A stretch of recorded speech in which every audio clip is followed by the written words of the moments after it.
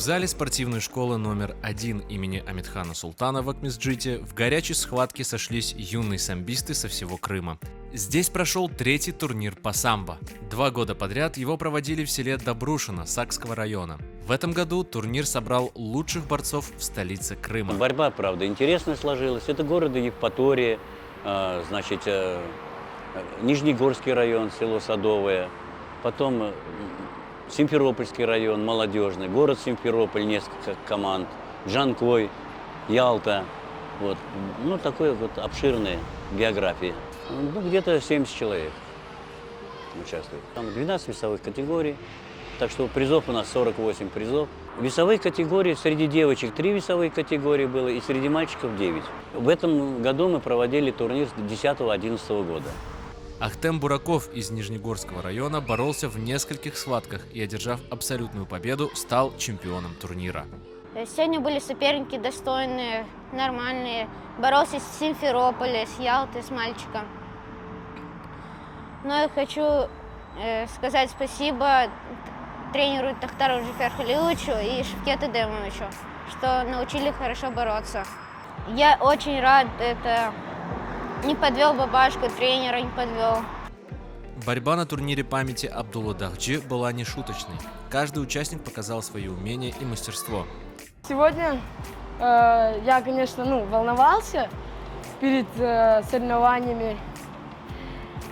Боролся с сильными борцами по самбо в категории 50 килограмм. Занял 1-е место и достойно провел свои поединки. Участие в турнире уже большая победа для каждого самбиста. Среди них отважные девчонки.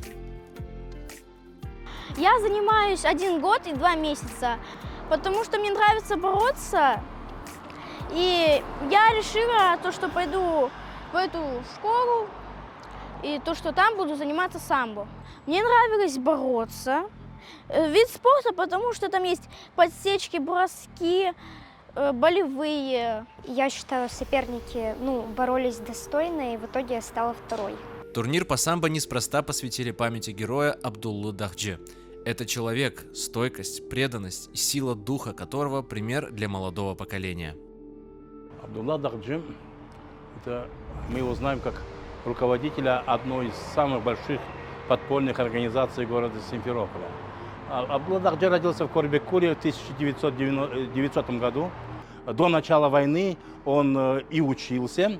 Он прошел и партийную работу, и советскую работу, и как директор винзавода хозяйственную работу.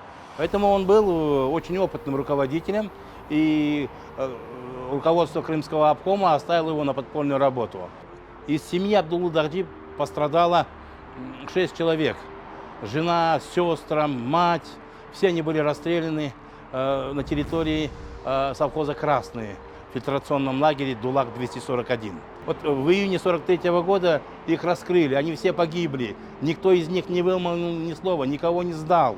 Организаторы обещают, что турнир по самбо в Акмесджите станет ежегодным и будет собирать лучших юных самбистов со всего Крыма.